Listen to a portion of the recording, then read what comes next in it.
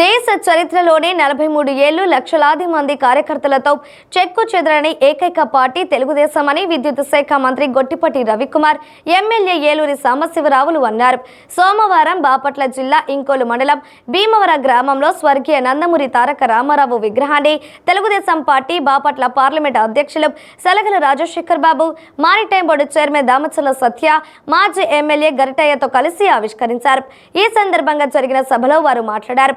రాష్ట్రం సంక్షోభంలో ఉన్న సమయంలో ఎన్టీఆర్ తెలుగుదేశం పార్టీని స్థాపించి ప్రజలకు అండగా నిలిచారని వారు పేర్కొన్నారు. సమాజమే దేవాలయం, ప్రజలే దేవుళ్ళు అనే నినాదంతో 1982లో ఎన్టీఆర్ తెలుగుదేశం పార్టీని స్థాపించారన్నారు. పార్టీ ఆవిర్భావంతో దేశ చరిత్రలో ఎక్కడ లేని విధంగా అద్భుత రికార్డు సృష్టించారన్నారు. ఎన్టీఆర్ విగ్రహాన్ని ఆవిష్కరించడం చాలా అరుదైన అద్భుతమైన రోజుగా పర్చూరు ఎమ్మెల్యే ఏలూరి సాంబశివరావు వర్ణించారు. భారతదేశానికి స్వేచ్ఛ సమానత్వం ఉండాలని పరితపించిన అంబేద్కర్ జయంతి రోజున ఎన్టీఆర్ విగ్రహాన్ని ఆవిష్కరించడం అంబేద్కర్ అడుగుజాడల్లో నిలిచిన మహానేత ఎన్టీఆర్ అని అన్నారు. విద్యుత్ శాఖ మంత్రిగా గొట్టిపాటి రవికుమార్ విద్యుత్ శాఖకు పూర్వ వైభవం తీసుకువచ్చేందుకు విశేష కృషి చేస్తున్నారని పర్చూరు ఎమ్మెల్యే ఏలూరి కొనియాడారు. నియోజకవర్గాన్ని అన్ని రంగాలలో అగ్రగామిగా నిలబెట్టడమే తమ లక్ష్యమని అన్నారు.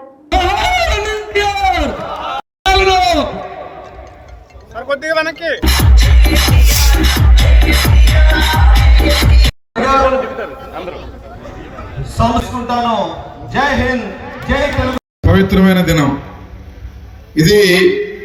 భారతదేశానికి ఒక స్వేచ్ఛ సమానత్వం ఉండాలని చెప్పి పరితపించిన వ్యక్తి, దానికోసం జీవితం మొత్తం అంకితం చేసిన వ్యక్తి డాక్టర్ బిఆర్ అంబేద్కర్ గారి జయంతి సందర్భంగా ఈరోజు ఎన్టీ రామారావు గారి విగ్రహావిష్కరణ ఎప్పటి నుంచో మన గ్రామంలో పెండింగ్ ఉంది. అంబేద్కర్ గారి ఆశయాలని ఇంప్లిమెంట్ చేసిన ఒక రాజకీయ నాయకుడిగా వారిద్దరి గౌరవార్థం ఈరోజు ఎన్టీ రామారావు గారి విగ్రహావిష్కరణ ఇక్కడ చేయడం జరుగుతూ ఉంది. సమాజంలో ఉన్న అసమానతలు తొలగి పౌరులందరికీ స్వేచ్ఛ సమానత్వం ప్రసాదించాలనే ఒక తలంపుతో భారత రాజ్యాంగాన్ని డాక్టర్ బిఆర్ అంబేద్కర్ గారు రాయటం ద్వారా ఈరోజు మనం అనుభవిస్తున్న అన్ని రకాల హక్కులు, ఇందాక పెద్దలు గరణి గారు చెప్పినట్టు ఓటు హక్కు దగ్గర నుంచి ప్రతి హక్కు కూడా మనకి ఆ రాజ్యాంగం లిఖించబడటం ద్వారా వచ్చింది. కానీ 62-63 అంటే దాదాపు 60 సంవత్సరాల క్రితం, 40 నుంచి 60 సంవత్సరాల క్రితం వేసిన కరెంటు స్తంభాలు, ఆ విద్యుత్ లైన్లు మాత్రమే ఇప్పటికీ ఉన్నాయి.